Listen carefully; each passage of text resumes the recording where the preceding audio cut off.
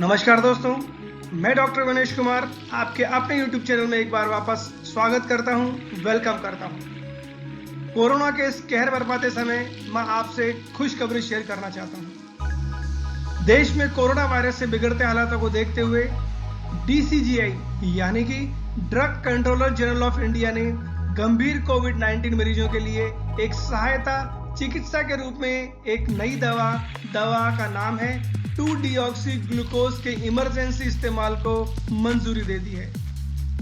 INMAS institute of nuclear medical and allied science, defence research and development organisation और doctor laboratories के साथ मिलकर यह दवा बनाई गई है।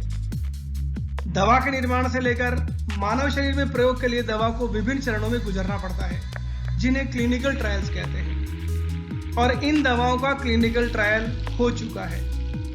अप्रैल 2020 में कोविड-19 की पहली लहर के दौरान इनमास DRDO के वैज्ञानिकों ने centre for cellular and molecular biology Hyderabad की मदद से लेबोरेटरी एक्सपेरिमेंट किए और यह पाया कि यह 2DG दवा SARS-CoV-2 वायरस के लिए प्रभावी रूप से काम करती है और वायरस के विकास को रोकती है। इन टेस्टिंग के आधार पर DCGI ने मई 2020 में कोविड-19 रोगियों में इसी दवा के फेज 2 क्लिनिकल ट्रायल की अनुमति दी थी। मई-अक्टूबर 2020 तक फेज 2 क्लिनिकल ट्रायल का आयोजन किया गया और दवा कोविड-19 मरीजों में सुरक्षित पाई गई, जिससे कि उनकी रिकवरी में भी सुधार हुआ। इस सफल टेस्टिंग के आधार पर DCGI ने नवंबर 2020 में चरण 3 क्लिनिकल ट्रायल की अनुमति दी थी।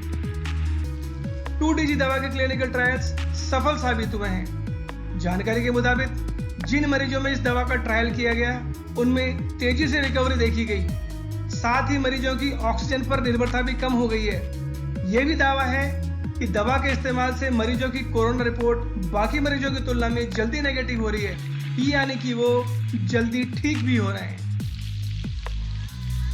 यह दवा पाउडर के रूप में आती है, जिसे पानी में घोल कर लिया जाता है। जिस तरह शैशे को फाड़कर पानी में डालकर पिया जाता है, उसी तरह यह दवा अवेलेबल रहेगी। यह दवा संक्रमित कोशिकाओं में जमा हो जाती है और इस दवा की खास बात यह है कि यह वायरस से संक्रमित कोशिकाओं को पहचान करती है।